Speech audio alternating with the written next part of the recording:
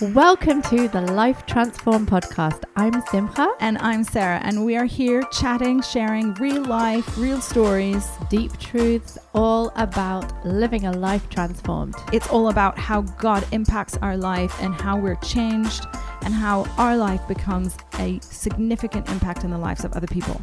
We're going to be here every week for this season. So make sure that you subscribe and join the journey.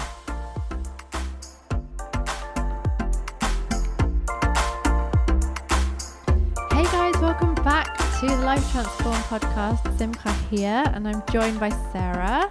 Final hello. Yeah, we're back for this, our 10th episode in the second season. And we're really excited that we've managed to actually do an entire another podcast series. Incredible. Pat on the back to us, I say. Loving it. Yeah. So tell me, Sarah, as an Israeli, how exactly do you read the clock? I think Simcha is referring to timekeeping culture. Or lack thereof. In Israel. Yeah, I think negotiable. It is, but not in as bad as some areas I've experienced around the globe. But I will say it's not Swiss or European in any way. I think that time is, to an extent, a good recommendation. But fluid concept. We definitely experience this idea of not necessarily keeping on time, and that is okay. We have this word in Hebrew, zorem, means like flow or go with the flow, and I think a lot of people kind of have that general idea. So what people do is they set earlier times, right? So let's say you're invited to a wedding, right? A wedding is an important event in people's lives. And you want your wedding to start at, 8 p.m., 7 p.m. Yes, and because in Israel, weddings happen in the evening. At night, it's true. And people will literally schedule like an hour, like the invitations go out for an hour ahead of when it's actually going to happen. I don't think that there is such an important thing about being on time or arriving on time to absolutely anything. Not. Nope, nothing. Probably a job interview would be not necessarily not respected. No, I don't know. Not really. It's funny. There's so many things in Israeli culture that grate on my soul as a Brit. This week I was at a meeting and I was listening to a friend of ours describe how he'd been in some water park in Europe somewhere, and he, as an Israeli, was like, there's a queue. It's fine. It doesn't apply to me. I'm just going to go to the front because I can, because I'm an Israeli. So he just, skipped the queue. And I was sat next to him, hyperventilating in the middle of this meeting. How could you do this? This is so against my DNA. And I told him afterwards, I actually had pain in my stomach thinking about you skipping this queue. And obviously everybody in Europe was very angry with him and he didn't understand why. Yeah. I did try to educate him, but I don't know if it worked. I think you see that dynamic in the post office too, right? Like, I just have a question word. or I'm just going to get my thing over here. If you grow up in it, I guess for me, it's fine because you just know it. The post office is the one place where your timekeeping matters. The number of people that walk in, but I had an appointment at 10:25 and it's now 10:26, so it's my turn. No, but I've been here 20 minutes waiting. That's the only place I've seen. It's like the best lesson in Israeli culture, just observing. Just sit in the post office and do nothing. Yeah, I think so. Yeah. The thing is, though, that Israel is a culture that's made up of immigrants, right? So we have people coming from all over. So I feel like, Israelis per se cannot be blamed for this because they are coming from all kinds of places. Timekeeping is not high in the social structure, is it? But you know what Israel does amazingly well that other countries don't do? And I know this because there has been British delegates sent to Israel to learn this. And that is that do tell. They have done absorption of these immigrants very, very well. Yeah. And they don't just have immigration, they have absorption. Yeah. And a lot of other countries, and definitely in England, they don't have that in the same way. So your immigrants, they arrive and they set up camp with other immigrants and they create a little miniature state of where they've come from in the new state. Whereas in Israel, there is definitely something that you're absorbed into as a culture. Mm-hmm. And no timekeeping is very important in that culture. I think if people arrive on time, so like I married an American, and Americans do have more of this idea of timekeeping, and I think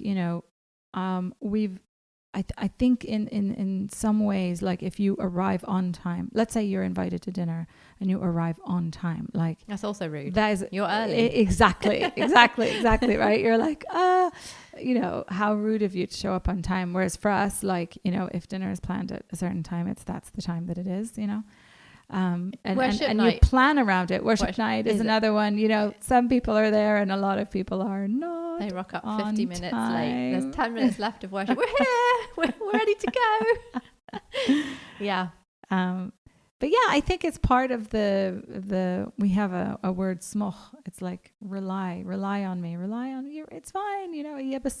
Everything will be okay.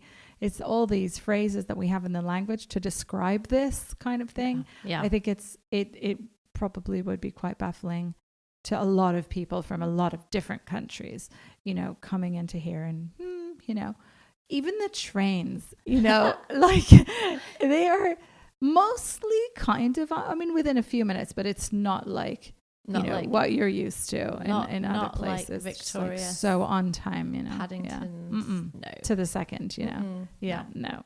This train will be departing in 32 seconds. Please mind the gap. Spot the Brits. Anyway, with that said, today we're talking about something entirely not British. A culture that does not exist there in any way, shape or form. Well, depends. I don't know. But this is really exciting because this episode is all about other people, not about ourselves. And it's really what the transformed life is called to produce in your life, which is ultimately fruit in other people's lives, fruit from your transformation, from what God is doing in your life, and how that plays out in other people. And specifically today, we're going to be talking about the next generation.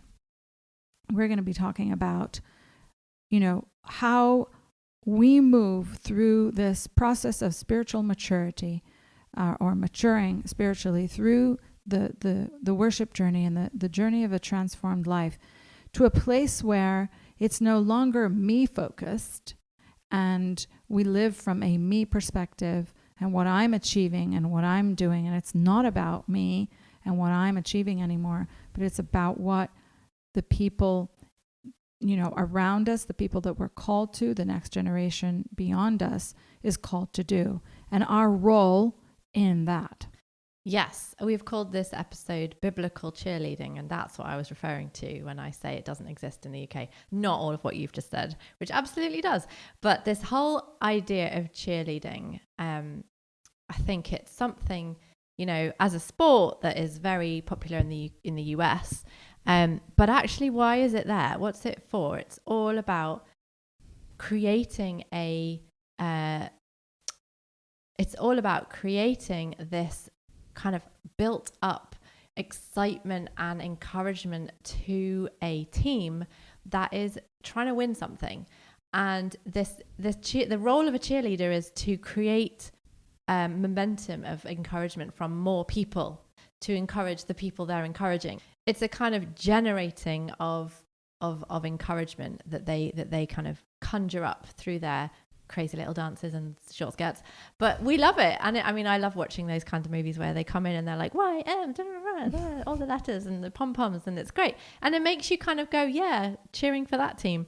And I think that's kind of what you're talking about. We're talking about how there comes a point, and I think this is all to do with maturity, but there comes a point where we realize the blinkers suddenly come off. Like we suddenly open our eyes to this whole other part of our vision, which when you have, like with a horse, when you have the blinkers on it, they can only see straight ahead, or in our case, we're talking about seeing inside our own little world. When you remove those blinkers, all of your peripheral vision is opened, and you suddenly see a view that you hadn't seen before. And that's what this is about. It's about understanding where you fit inside of that much wider vision. And it suddenly makes you, in a really healthy way, feel and look less important, like less significant, because you fit into something much bigger. It's So not good. just all about you. I remember this moment happened for me. It's funny. It's not related at all to faith life. My son, all my children were heavily involved in gymnastics in their younger ages. And my son was really, really good at this. And we ended up in like the Olympic Village in Israel. And he was performing in this kind of final competition for the year. And he was doing incredible, insane things out there. And getting all these applause and medals and everything. And I remember sitting back. I had no role. I was just a cheerleader. Yeah. I was taking pictures and, screaming my son's name at the top of my lungs. But I was not, doing anything. I had no official program or project or anything that I was actually doing, coming in this season of my life of singing and being on stage so much and leading so many different things and initiatives and setting things up and just being involved in so many things. I sat there. It was like, you sit there for an entire day and you watch your son, perform incredible things and realize, everything he's been investing to and doing to get him to this place where he could perform these incredible skills. And I remember sitting back. I remember even the color of the chair. It was yellow. I remember sitting back and thinking, there's nothing in here that's about me, that's involved in anything that I'm doing. And it's that place that you get to in your life. You when you move from trying to achieve yourself and trying to do the things that God has called you yourself to do, with the dreams and the visions and the desires and everything that comes together with that, moving to a place where you can become the person who enables other people's success. Yeah. And that's what I think is a true servant leader, right? That's true leadership, actually. Encouraging other people and setting them up for success is a mark of a true leader, not the guy that says, I can do it all myself, because you know what? You're going to run out of energy, time, abilities. But if you can set up a legacy, which is what we're really talking about, if you can set up other people to succeed, your fruitfulness, the transformation that comes from your life will so greatly multiply and so greatly expand. Yeah, absolutely. I think I was just thinking about those yellow chairs. I think we all have seasons when we're in both of those different positions. And sometimes we're the cheerleader for the ridiculously talented child or whoever it is. And sometimes we're the one out there performing and we need the cheerleader. And I think, we've already mentioned lots of times how we do everything together. Well, we can also add to that our children also have done lots of things together. My kid also was in gymnastics for a while and also went to the competitions in these places. And I think one of my greatest memories from those yellow chairs, which I'm not comfortable, was when he suddenly had this click. I saw it actually happen. He clicked from understanding, this is what I've been working towards. This all now, it clicked why he'd been working so hard, why they'd be pushing him so hard, why they'd been perfecting all these moves.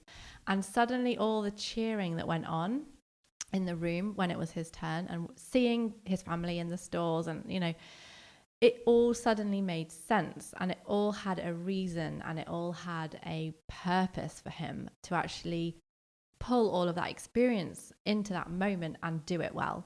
And I remember him saying at the end that he couldn't have done it without us being there. And I remember thinking, but we didn't do anything. Like, did he even see me? Could he even spot me in that crowd? Like, it's a lot of people there and it's a long day. But they knew we were there. Even if they couldn't see us, I guess they know we're there. And they know that we're behind them. And they know that we are 100% supporting them and screaming our heads off for them and going to be proud of them whatever happens, whether they get a medal or not. We're going to, because that's what we do as parents, right? Especially moms. There's nothing they can do wrong in those moments, But I remember thinking, these moments when I'm the cheerleader for this kid or this person, it's about helping them understand this is like a pinnacle moment where all that you've been going through, all that training that you've had, all those difficult moments, those training sessions that hurt, and you came home in pain and you didn't understand why you were having to do this exercise 55 million times over, and you're bored of it and you want to do something else. Suddenly it has a purpose, and suddenly it comes into fruition. And the fact that there is all these people supporting you and upholding you and pushing you in the moment, it's what gives it its purpose. I love that. Biblical cheerleading is really about people coming into their own and us being the supporting agents of whatever the gifts and the callings that are in the people that are around us. And that could be in our family, that could be in our community, that could be in any situation we find ourselves in. Encouraging people, it doesn't cost anything. Yeah. It's something that you can freely you've been given, freely give. And I know the importance, in early child development, but also for us as adults, to have someone in your corner, to have someone who believes in you, to have someone who champions you, to the fruition of the things that you've been called to do and made to do and who you are. We're not meant to go at it alone. It was never God's design that we would be alone. God set us in family, and part of that job, I love this illustration, that you brought the family in the yellow chairs kind of screaming and yelling for the child. That's it. That's us for each other. Absolutely. No, it's absolutely about that. And I think, what is the point of anything if it's not to further it in someone else's life? I mean, it's all everything that I've walked through, and that's kind of how history has always been set up. The elders have gone through what they've gone through in order to give their wisdom and guidance and insight and wisdom and experience in those areas to the next generation. And I think it's something that is massively missing from today's culture. It's not cool, it's not trendy to hang out with older people. It's just not. Even your grandma, you might be quite embarrassed of her, and you might only do it because you have to.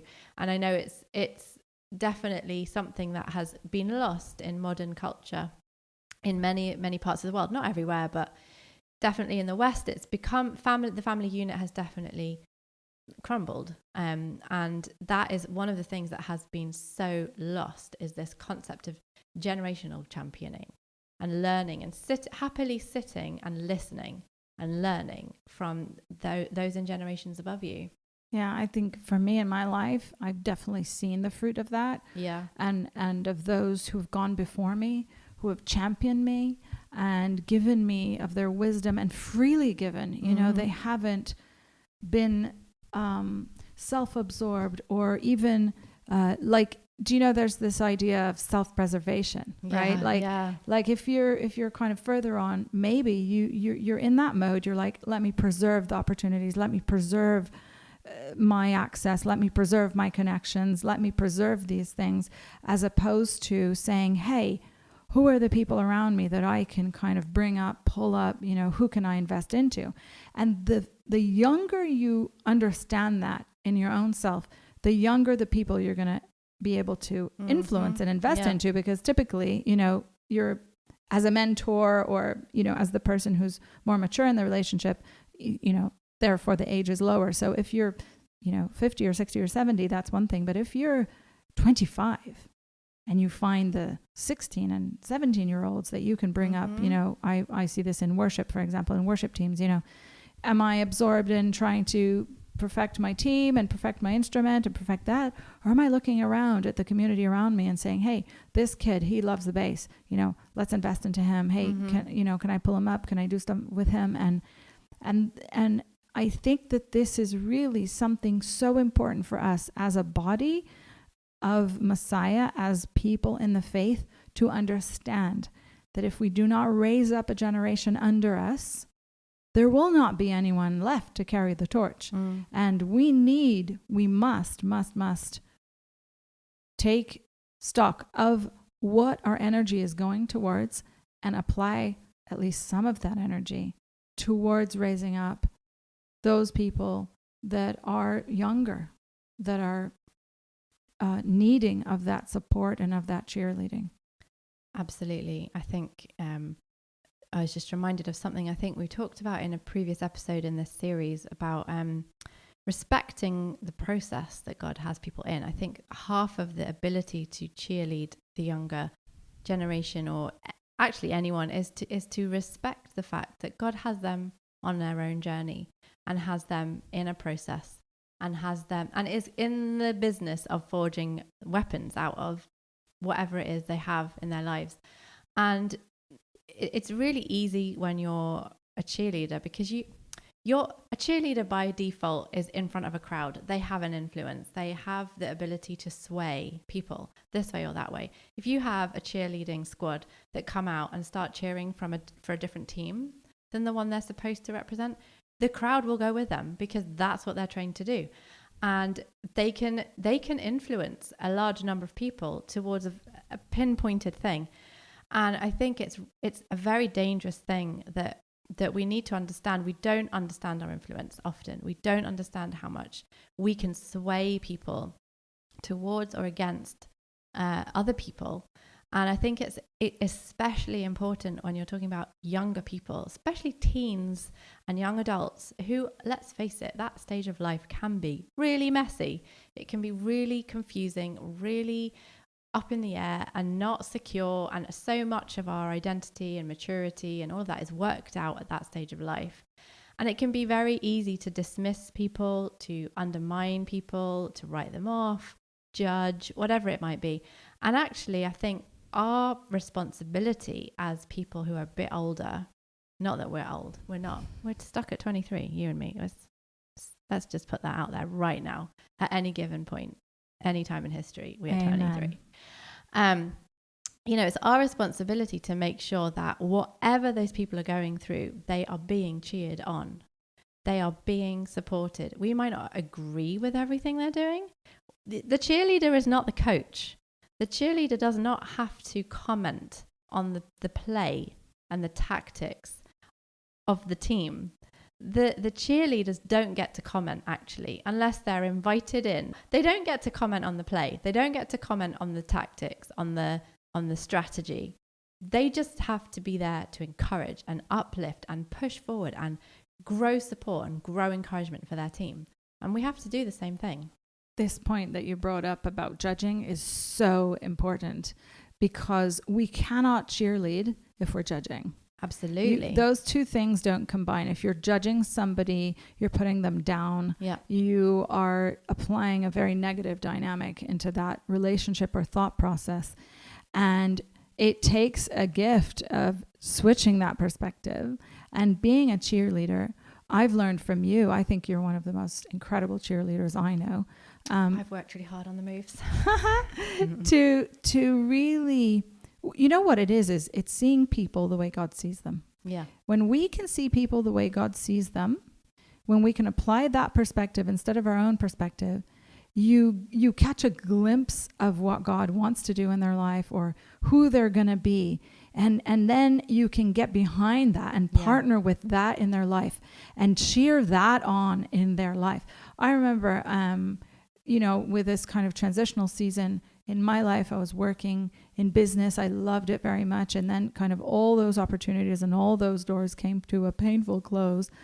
And I was in this season of searching and trying to figure out what I was supposed to do. And it wasn't clear at all, lots of different circumstances and situations. I was a very young mother and very new mother. And a lot of things, didn't make a lot of sense. And it took someone picking up the phone, calling me up and saying, you are a worship leader, Sarah. This is what you were made to do. This is what God wants to do. This is that place. And this faith that came from people who, they had, quite a lot of influence and a lot of relationships and their own ministry, very, very big ministry.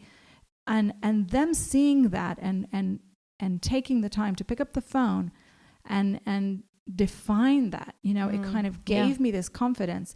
And biblical cheerleading really gives whoever you're bringing that, motivation and that lifting up to, it really brings that person confidence to continue, to continue in the journey, to continue to hone the skill, to continue to do those things. And God, does this so many times in the Bible. We have a lot of examples of what that looks like in the Bible. I think that biblical cheerleading also necessitates generosity. Yeah. It's a generosity of spirit, You cannot be self-centered if you're truly, cheerleading someone else, if you're championing someone else. We need that. And generosity is God-given. It's a biblical thing. Yes. That looks at other people instead of ourselves, that looks to promote other people instead of ourselves, that looks to provide for people instead of for ourselves.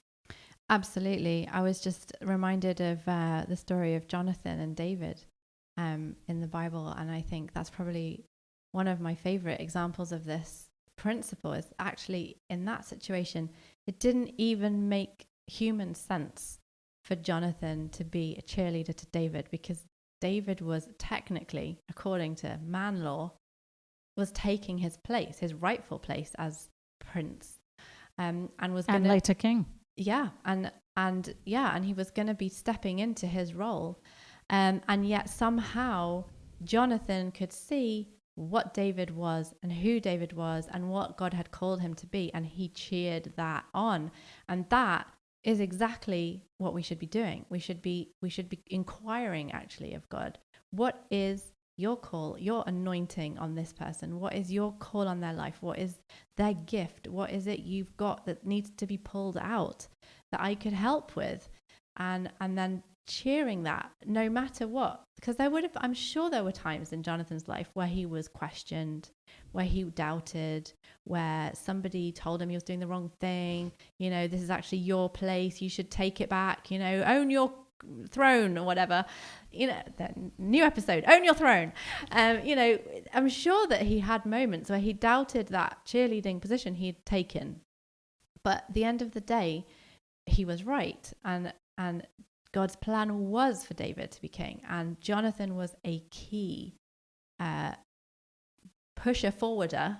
I've made some new words up. Brilliant grammar. He was the key instigator and encourager. I liked pusher forwarder better. Pusher forwarder in David's life and calling coming to fruition. Yeah.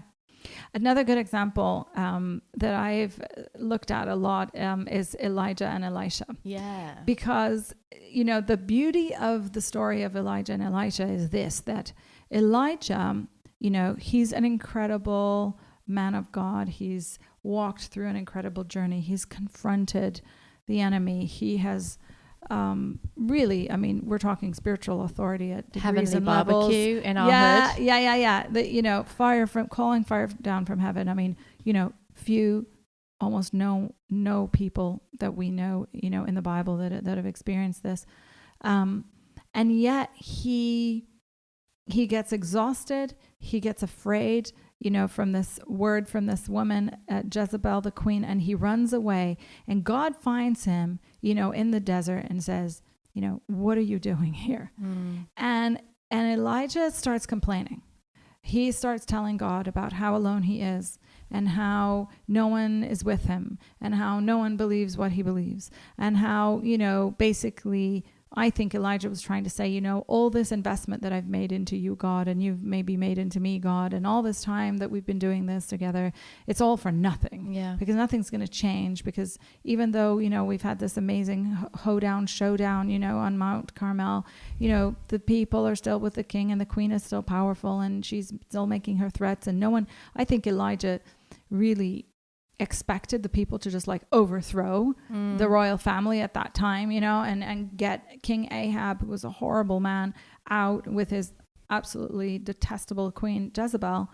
And it didn't happen. And I think that Elijah, he sunk inward, at that point with disappointment and with defeat. And I think he was just purely exhausted and needed, a meal, which is what God provided. Cake and steak, by the way. Totally vegan. And with flour. It was probably white flour too, with sugar. Gluten and lots of gluten yeah. and lots of bubbly, airy little, bubbles in the bread. Soft. Crumpets. Maybe. Meanwhile, Elijah's stuck out there in the desert, complaining to God and in his humanity. And God's response to him in that moment, like, what does God call him to do in that moment? He says, go find the next generation. He says, go find the person who's younger than you and cultivate him and, work with him and find him. First of all, find him, go out and purposefully find him. This is where he is. Call him, cultivate him. They set up this like school of prophets, they would go around and so Elijah still had a lot more work beyond that man that called down fire from heaven. God wanted more for him and more for his legacy on earth than to be the guy who called the fire down from heaven. And what that looked like was to go and find somebody else whose calling was similar, who hadn't yet understood who he was, didn't know how to do this quote unquote thing and invest into him and cheerlead him on, and we later go to see Elisha doing so many things that Elijah did, and beyond that we need to look at that dynamic of the kingdom of God. Our example is Yeshua, is Jesus. And he says to his disciples, greater things will you do than I. So God himself was cheerleading and celebrating the fact that his disciples were going to achieve more than him. Yeah, that's so cool. And pretty mind-blowing at the same time. I think just listening to your description of Elijah and where he got to after all those amazing things, that ministry that he had, isn't that basically church leaders, like people, the generational transfer? And I know we've talked about this, you and I have talked about this a lot. And I was just reminded of a story that you told me once about the only good example or the best example or something that you'd seen of this generational transfer and why it was successful. And I mean, do you want to tell the story? Yeah, it's a good one. I found myself sitting down to lunch with this pastor who was kind of the older pastor. He had made this transition to this young guy who was taking over, who had already essentially taken over. And, they were both there, which surprised me because a lot of times, when you do a transition of leadership, one leaves, and you kind of need that kind of older generation to leave because they still are involved, because they're still very respected by everybody else. How can the younger generation come in? And the habits of how the church does. And then also kind of the older generation not wanting things to change because they like it the way they had it. Young guy comes in. It wasn't his son either. And he championed him so greatly. I saw a man who quote unquote gave up his chair, his seat, his throne, whatever you want to call, of a successful, thriving, beautiful church, and actively and strongly promote and champion, this very young, enthusiastic, energetic guy who wasn't his son. And what I saw, and I kind of had this opportunity of having the conversation with them. I don't think I never get to do this type of conversation a lot. I just got to ask some very honest questions about, why did the old guy kind of give it over and how he did that in a way that didn't necessitate him leaving. And one of the most defining things I think I found in this conversation was a two-way relationship of mutual respect and honor. The pastor, who was the older man, he understood that he was struggling to reach the next generation, and he was looking out at his church, the people, and understanding these are all kind of older people that are kind of grown with me and kind of gone with me. But when I look out there, I don't see a lot of those. And he understood intuitively that he needed a younger leader to bring that in. But instead of a situation, and I've seen this many times, where, the older leadership brings in, on the side kind of this other, you're the youth leader or you're the junior or the young adults leader. Yeah. and then you kind of keep them tethered and under your thing, they did something else. They said, no, we're stepping down and you're going to step up. But they supported him, and they were there to cheerlead him on and kind of give of their advice and of their wisdom, but not in a way that would force him to do what they said, but allowed the new initiatives and allowed the new perspective. And in fact, that's what happened. I think I met them about, close to a year into this shift. Young people were coming in, they were connecting with him, and so you had that. Now, did all the older people like that the level of the music went up, for worship and, all this stuff? No, but there was a real sense between these two individuals of this mutual respect. The young guy was honoring the culture to an extent. He was honoring the legacy into which he was stepping in. And the older guy was promoting the younger guy. Like, I asked him, do you still speak? Do you still preach at the church? No, nothing. Like, he fully gave it over. And yet he was able to be inside and nurture without these conflicts coming, because the roles were very clear. The young guy was now the leader. So he got to make the ultimate decision and the fine decision. And he could listen to the council and he could listen to, the older leaders. But he was the leader, and everyone championed and supported that. Absolutely. I think if you, as the quote unquote older generation, which may not be old, you might be 23 and mentoring a 15-year-old, but if you can somehow facilitate that next generation, like, I think the thing I remember you saying about those particular two individuals was not only did he champion him, but he facilitated the new decisions he was coming in with, even if he didn't particularly agree with them or wouldn't have done them himself. He actually got behind the cause, and that's really a humility thing. Like, you've got to be willing to be humble. If somebody that you've given a platform to, it really takes taking a position of humility to not only give your quote unquote position of power away, but to also get behind, facilitate, encourage and champion their position of authority over you that you've given them to have. It's a very incredible maturity needed, like very, very humble heart that can do that. But I think that is ultimately what we're all called to do. And the problem I think that we have is often that we've not learned how to do that, and we've not understood the value and the importance of doing that, whether it is for a kid or a young adult or a generational transfer like we've just been talking about. Whatever the situation is, there isn't a humility that is needed in the role of championing and cheerleading that I think is often missing, and is often missing from culture, from our quote unquote Christian culture. Yeah, that the good examples that I've seen of this have been people who have been very open-handed because they've understood that everything that they have comes from the Lord. Yeah. And it's not, in my own achievements and in my own thing. And also people who really trust God, because you need to give up a lot of control. And if you're not willing to have your world rock out of balance, then you're not going to be able to champion other people, because other people are not, in that sphere of your control per se.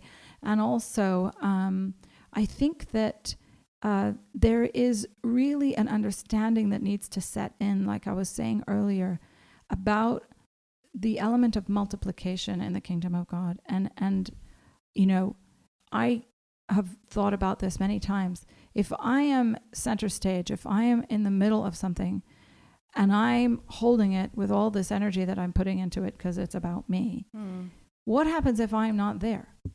Will that still be? Will it still happen? Will it still continue? And I think that that's a really good measure that we need to measure, what we're doing, what we're involved in, who we're involved with. Will something that I'm involved with live on without me?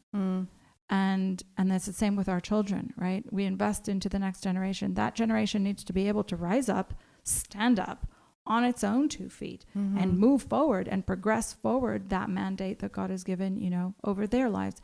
And if we don't cultivate and don't develop and don't cheerlead the people around us, it could be the next generation, but also could be in our team, right? Yeah.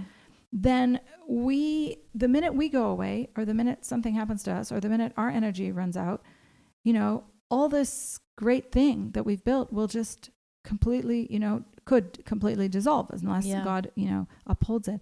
And I love this idea. I've thought many times about this in recent years, kind of like, okay, if I'm involved in something that is God's long-term plan, it cannot all rest upon me, right? Yeah. It has to be in this context of team. It has to be in the context of other people being raised up and me promoting and championing and cheerleading them to do that, because ultimately when we build into the kingdom, when we build into people, we don't want something that's going to be momentary or so dependent on us, that it won't happen. If you're investing so much into something, you want to see it grow beyond you. And I think that was the uniqueness of this older pastor in Australia, was that he so recognized, he loved that church so much, and he so recognized that it wasn't about him teaching anymore, and not about, think about this guy. He taught the Bible probably for, 40 years, and now he's got to sit there week in, week out, listening to this young guy in his 20s, must have been in his late 20s, what did he really know? What did he really have? How much experience did he really have? I'm sure some of those must have been painful, if not cringeworthy, statements that were coming out of this young man's mouth as he preached and taught. But like you said, there was this kind of quietness and this kind of humility to do that. And we need to look at this as a joyful thing, as something that we get to do, to partner with God, not just for his plans over our own life, but to partner with God for his plans over other people's lives. Yeah, and I think you've just basically summed up the entire Ascend vision. Like, that is exactly the point.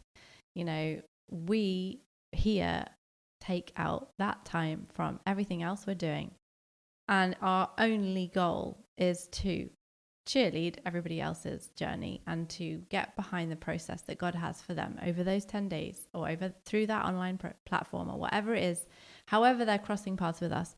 And that is entirely the vision. And I think this was born, this podcast was at first very much focused on the Ascend journey, and this season's been a lot more kind of broader and different, and probably we'll go further with the next one, but it's all been born from that place where God called a small group of us to create this platform where people get to come in to a safe place where they can work out their journey, get through their stuff, and be cheerleaded.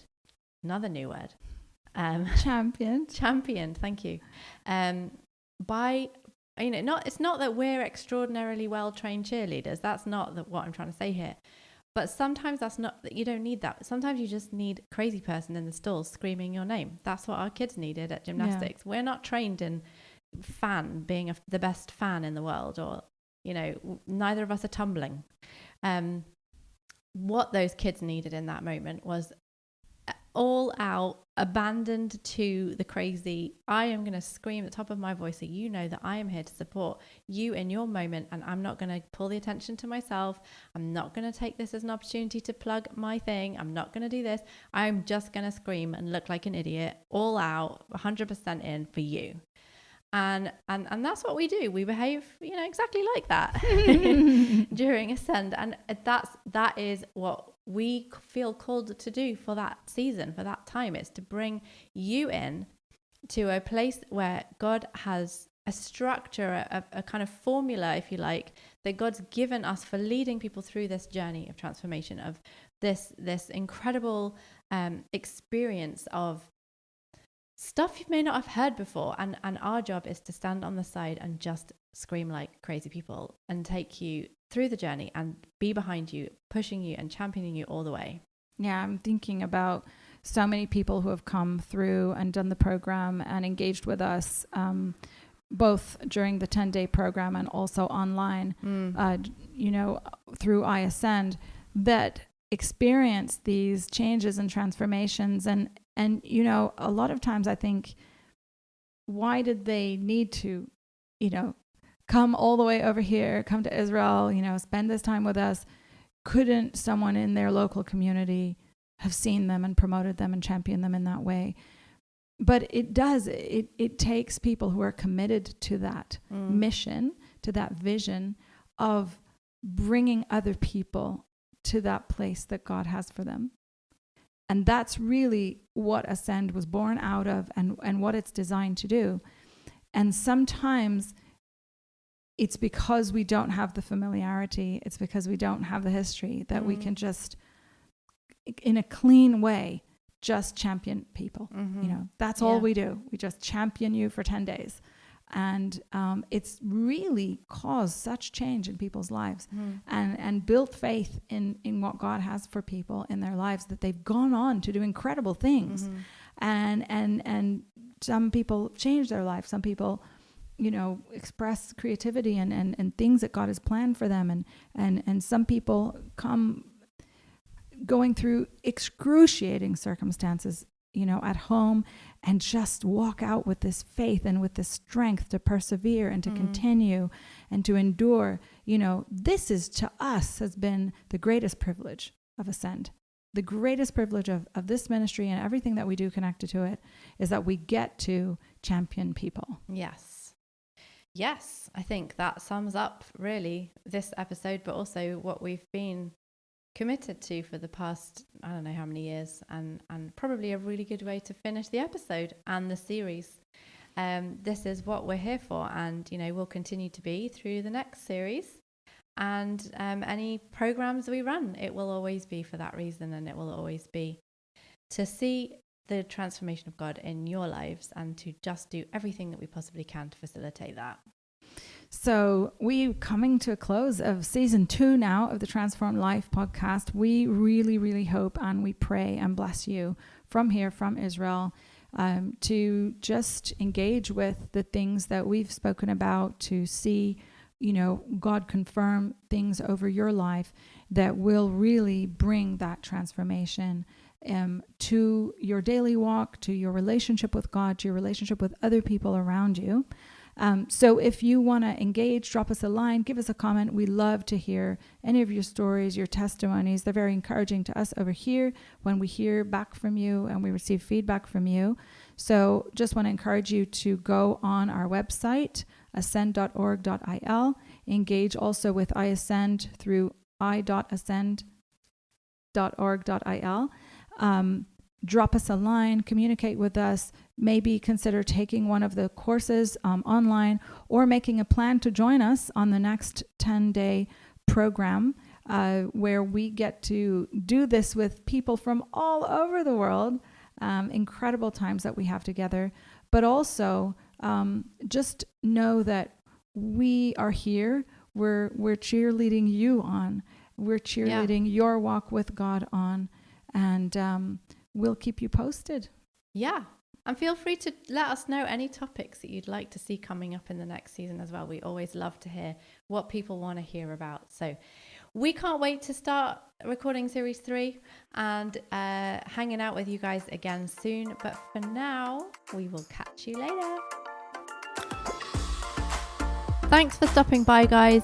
Make sure you're subscribed so that you never miss an episode. And if you have loved this show, please leave us a rating.